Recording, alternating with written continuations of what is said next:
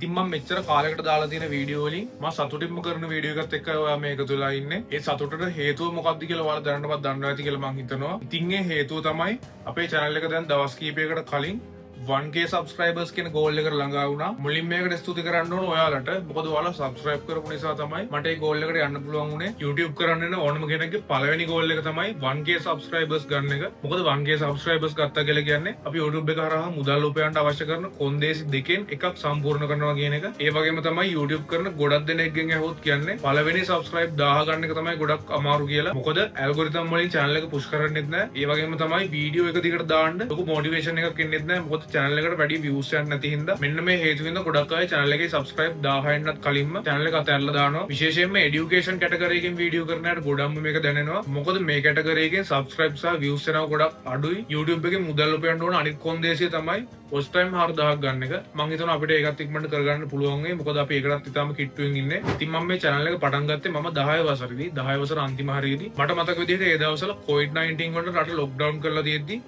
ගෙදරට වෙලා ඉන්න දවස්වල තමයි මම වීඩියෝ එකක් රෙකෝඩ් කරේ. ඊට පස්සේ මම ඒ විදිහට පළවෙනි වීඩියෝ එක අප්ලෝඩ් කරලා එතනින් ඉස්සරහට මාස කිහිපයක් යනකම් වීඩියෝ 10ක් 15ක් අප්ලෝඩ් කරා. ඊට පස්සේ මට channel එක නවත්තන්න වුණා. මොකද O level වලට ලෑස්ති වෙන්න ඕන හින්දා. ඉතින් ඊට පස්සේ මම O level ඉවරලා ආයෙ channel එක පටන් ගත්තා.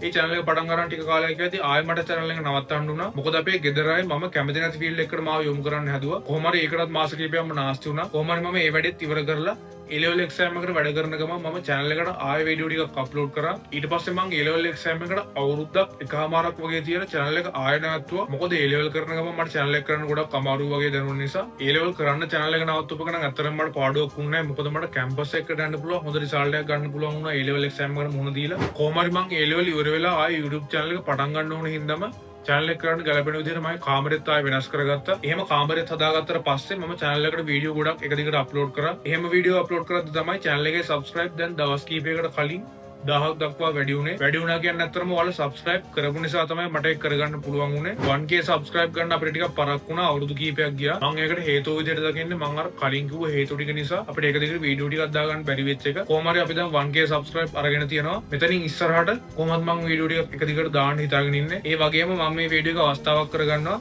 මම channel එක පටන් ගත්ත කාලේ ඉඳන් මේ දක්වා දාපු වීඩියෝ වල තිබ්බ අඩුපාඩු පෙන්වලා දීලා මෙන්න මේ දැන් හදාගන්න කියලා මට උපදෙස් දීපු මගේ යාළුවන්ට ස්තුති කරන්න. thank you very much හැමෝටම. තව අඩුපාඩු ටිකක් තියෙනවා. අපි ඒ ටිකත් ඉස්සරහට හිමීට හදාගමු. කොහොම හරි මම වීඩියෝ එකකින් වීඩියෝ එකට මොකක් හරි පොඩි වෙනස්කමක් හරි කරලා කලින් තිබ්බ වීඩියෝ එකට වඩා දැන් දාන වීඩියෝ එකේ ක්වොලිටි එක මොන යම් විදිහකට හරි වැඩි කරන්න තමයි හැම වෙලේම උත්සාහ කරන්නේ. මම මුලින්ම channel එක පටන් ගත්තේ tech video කියන කැටගරි එකෙන්. ඊට පස්සේ මම ටික ටික ඒක education කැටගරි එකට මාරු කරා. ඉස්සරහට tech video ටිකක් දාන්නත් අදහසක් තියෙනවා. අපි ඒක ඉස්සරහට බලමු. මගේ ඊළඟ goal එක තමයි 5k subscribers. එහෙම නැත්නම් subscribers ලා 5000ක් ගන්න එක. මම හිතනවා අපිට ඒක ඉක්මනට කරගන්න පුළුවන් වෙයි කියලා. මොකද මම ඉස්සරහට දිගටම වීඩියෝ දාන හින්දා 5k subscribers ලා ආපුවම අපි මෙන්න මේ විදිහට වීඩියෝ එකක් කරමු එදාට. ඉතින් අද මම මේ වීඩියෝ එකෙන් කියන්නේ කියලා හිතාගෙන ආපු ඔක්කොම ටික මම කිව්වා කියලා හිතනවා. අපි අද මේ වීඩියෝ එකෙන් සමු ගන්නවා. අපි ඊළඟ වීඩියෝ එකේ හම්බෙමු.